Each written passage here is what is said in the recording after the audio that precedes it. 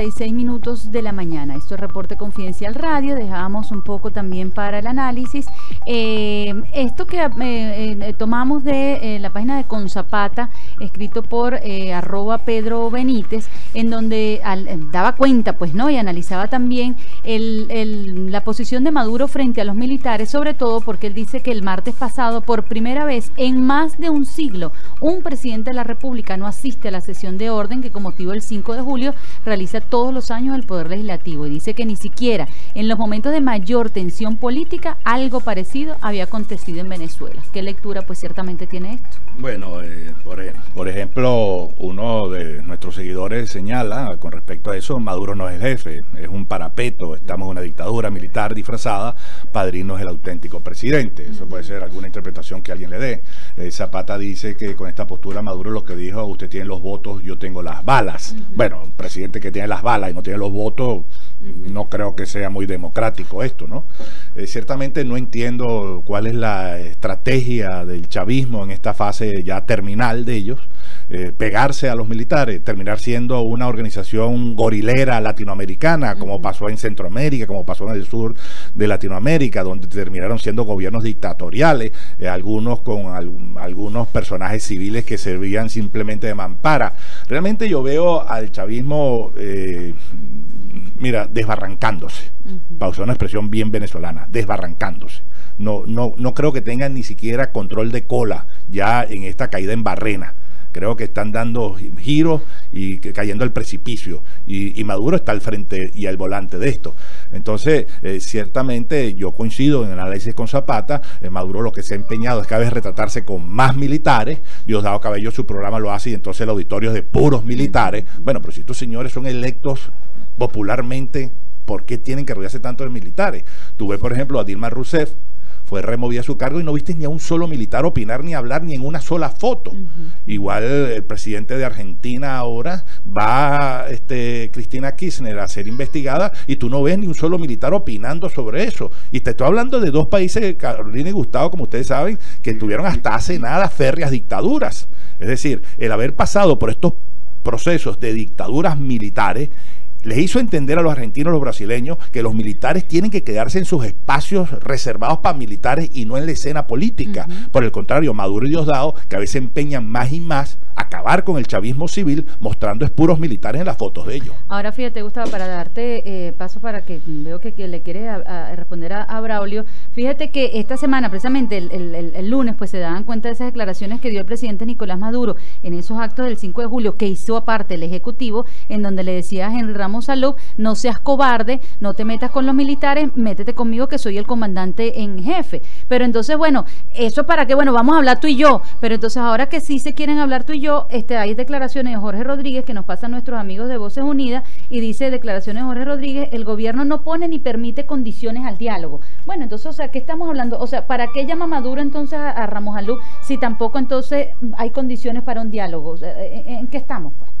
Bueno, Carolina, lo que pasa es que hay que entender las situaciones como están planteadas. O sea, por un lado, hay un grupo que está haciendo maniobras distractivas cuando uno está siendo atacado, y por el otro lado, hay otro grupo que está negociando, pero nadie quiere que se entere exactamente cuáles son las negociaciones que se están llevando a cabo bajo la mesa. Cuando Maduro sale con la situación del 5 de julio sobre la situación de no asistir a la Asamblea Nacional, él pensó que lo estaba haciendo bien. Es que el problema de Maduro es que él piensa que las cosas como él las está planteando las está haciendo bien, y lo que hace es cometer cada vez más graves errores. Y allí es que creo que uno de los planteamientos que salieron definitivamente es que Maduro lo han obligado ya en este momento, de parte de las diferentes fuerzas que componen el Gran Polo Patriótico y el PSV, decirle el sector chavismo al sector madurista: o negociamos o sencillamente se retiran, porque no se puede soportar el país en la forma en que está. Esto va por un barranco, como lo acabas de señalar tú. Y creo que es la parte fundamental. Y creo que la parte fundamental es de cómo poder realizar a cabo un proceso de negociaciones que definitivamente le den una salida a los maduristas para salir del país. Y otra parte es la agenda de cómo se va a componer el proceso electoral para lograr el objetivo que todo el mundo plantea, que es la reconstrucción de Venezuela. 140 caracteres de impacto. precisamente como Gustavo habla, ¿verdad?, de cómo llegar a esos procesos electorales, otro de los aspectos que queremos hoy analizar, digamos, el estatus también del Consejo Nacional Electoral. Hay en el estado Zulia y aquí por el estado Nueva Esparta, pero que se hizo en Caracas, ayer el diputado Johnny Rajal, que presentó pues también documentos en donde se pide investigar, por ejemplo, al director regional del Consejo Nacional Electoral por la obstrucción de procesos electorales. Y esta semana tuvimos pues también la presencia en cadena nacional de las rectoras del Consejo Nacional Electoral, bueno, diciéndole a los venezolanos, cónchale, ustedes sí son o sea, ustedes sí son así, ¿cómo nos van a tratar de esta manera? O sea, siguen siendo las comadres que lamentablemente, bueno, porque es lamentable porque no quisiéramos que fueran unas comadres un poder electoral, ¿verdad? Siguen presentándose de esta manera cuando todo el mundo esperaba que dieran información formal, oficial, de lo que estamos hablando todos, que es referéndum revocatorio. Bueno, ellos lo que salen es, bueno, con un sentimiento y con un corazoncito arrugado porque los estamos tratando mal. ¿Qué pasa dentro del Consejo Nacional Electoral también entonces con estas posiciones tan blandas, tan absurdas, tan que a nadie o sea, si somos enemigos, ¿cómo quieres que te trate? Porque somos enemigos. Adversarios. Sí, fíjate, yo creo que tú lo has dicho bien y es una de las cosas que nosotros tenemos, y yo creo que vamos a iniciar una línea editorial en sentido a pedir la renuncia a la rectora del CNE. Y no es por un capricho, mira, tú lees cualquiera de los artículos que están ahí en el 290, que es por donde están los artículos que regulan la actividad del CNE, Carolina, y entonces tú ves que, por ejemplo, las obligaciones son imparcialidad, transparencia y eficiencia en los procesos electorales. ¿Fueron imparciales con la recolección de la firma y las huellas dactilares? No. ¿Fueron eficientes? No. ¿Hubo transparencia? No. Bueno, ya empezamos mal, porque ese es el primer artículo que se refiere a las funciones y atribuciones del Poder Electoral. Por otra parte, te lees el 294, dice, los órganos del Poder Electoral se rigen por los principios de independencia, y agregan esto, ¿no? Imparcialidad. ¿Son imparciales? No. Esto es el 294. Entonces te salta al 296, dice, el Consejo Nacional Electoral está integrado por 5 personas no vinculadas a organizaciones con fines políticos. ¿De verdad estas señoras no están vinculadas con organizaciones con fines políticos? Claro que sí. Claro. Entonces tenemos que pedir la renuncia. Aquí hay que empezar a pedir la renuncia a todos los que se han violado la Constitución. Esos militares, yo lo digo con responsabilidad personal, que siguen diciendo cuando se llaman por teléfono, porque los he visto, porque tengo bastante amigos militares de alto rango, y Chávez vive y la patria sigue, así se llaman. Bueno, todos esos deben ser destituidos de sus cargos, porque la Constitución te dice, igualito que para el CNE, que no pueden tener ningún tipo de afinidad política. Entonces, todos esos que lo que han hecho es violar la Constitución, hay que ubicarlos del donde ellos se ubicaron por encima de la Constitución. Entonces hay que apartarlos porque están actuando desde hace muchísimos años, Carolina y Gustavo, fuera de la Constitución, empezando por el presidente Chávez en su momento, que fue el que dictó toda esta línea inconstitucional, y eso hay que decirlo con toda sinceridad. Ahora fíjate, Braulio, o sea, volviendo a nuestra pregunta inicial que teníamos de, bueno, ¿qué le ofrece la MUD a Maduro en un diálogo? Es que uno dice, es que no tengo nada que ofrecerte, solamente tengo que pedirte, porque esa tendría que ser otra petición. Bueno, vamos a establecer entonces una imparcialidad y una transparencia en la manera de llevar el poder electoral, o sea, a partir del Consejo Nacional Electoral. Pero ahí vuelvo entonces también a lo que decía antes, todo eso viene después, porque ¿qué gobierno va a cambiar ahorita a sus rectoras, que son, bueno, sus niñas consentidas en este momento? No la van a cambiar. Entonces, ¿a quién le vamos a pedir la renuncia de quién? Si esto lo tiene así el gobierno porque le interesa y porque así lo quiere. Pero es que el gobierno, el ejecutivo no manda sobre las rectoras son totalmente. ¿Y quién manda? La Asamblea Nacional. Es un poder totalmente aparte. El Tribunal Supremo de Justicia. Pero son un poder aparte, ellas pueden solicitar, se les puede solicitar la renuncia a las rectoras, o sea, eso sí es verdad. El problema está en que las rectoras en este momento no saben ni siquiera absolutamente qué hacer porque las tienen empaquetadas tanto por un lado por Jorge, por otro lado el Ejecutivo Nacional. Y digo Jorge, Jorgito, ¿no? Y por otro lado está la Asamblea Nacional. Entonces ellos no saben exactamente qué hacer.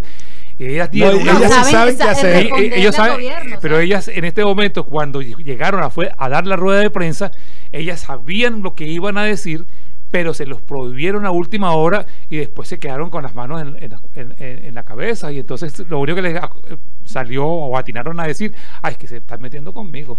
O sea, eso es todo. Sea, pero que tienen fecha, tienen pero lo que te digo, si ellas no están en capacidad, Gustavo, de responder a las exigencias del momento, que renuncien. Porque no puede ser que tú convoques una rueda de prensa para decir, se están metiendo conmigo.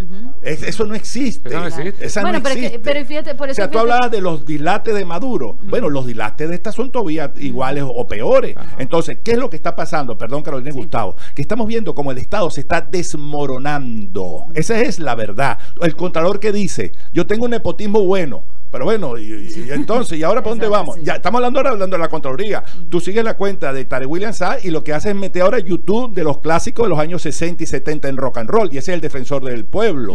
Entonces tú dices, bueno, si el poder electoral son estas señoras que no saben ni para dónde van, si el presidente lo que hace ahora es rodearse de militares porque no tiene ya gente, aquí en el acto, corrígeme Carolina si es verdad, que convocaron para impugnar las firmas de la MUD, tuvieron que llamar a Mata Figueroa para que se apareciera porque había 4 personas con un cartelón que era más grande que ellos. Y cuando llegó Mata fueron 5. Y cuando llegó Mata fueron 5 y todas las fotos, Chichi, son primer plano, recortaditas, la cara de Mata y un letrero más grande que Mata porque eso es todo lo que había. No tienen pueblo, no tienen poder delegado a través de la ciudadanía. Se están simplemente anclando en los militares para poder negociar una salida honrosa de todos sus dislates, de toda su corrupción y de todos sus abusos. Claro, fíjate que en este momento lo que acaba de señalar el presidente cubano Raúl Castro, que reconoció que definitivamente la crisis en Venezuela es demasiado fuerte y que Cuba en este momento tiene una expectativa de la caída de su Producto Interno Bruto. Ante esa situación que está viviendo Cuba, que sabe que también va a una etapa terminal, por la situación en que está viviendo la economía venezolana, Cuba necesita también arreglar sus papeles con la finalidad de poder no caer tan estrepitosamente en su producción y en su situación económica, que en este momento ha venido recuperando. Claro, vamos a ir ahorita a las encuestas, pero fíjate también, ¿no?, con eso de referencia al Consejo Nacional Electoral, que cuando Henry Ramos Alú estuvo aquí en Margarita y se le preguntó sobre esta situación del poder precisamente electoral, pero pegado al gobierno, él decía, no nos demos mucha mala vida de que cambien a Joe Euskategui igual otro, porque si mandamos a quitar a Lucifer nos van a poner el diablo y así, o sea, que no hay quien, porque si obviamente quien está manejando todo ese poder es el gobierno, claro, ¿cómo buscar pues una gente transparente? Lo decíamos la semana pasada, Carolina, perdón, antes de ir a encuesta, yo le decía, ¿cree que Euskategui aquí se gobierna? ¿Qué se va a gobernar Euskategui? A Euskategui lo gobierna Mata, y a Mata lo gobierna Maduro, y a Maduro lo gobierna parece otro.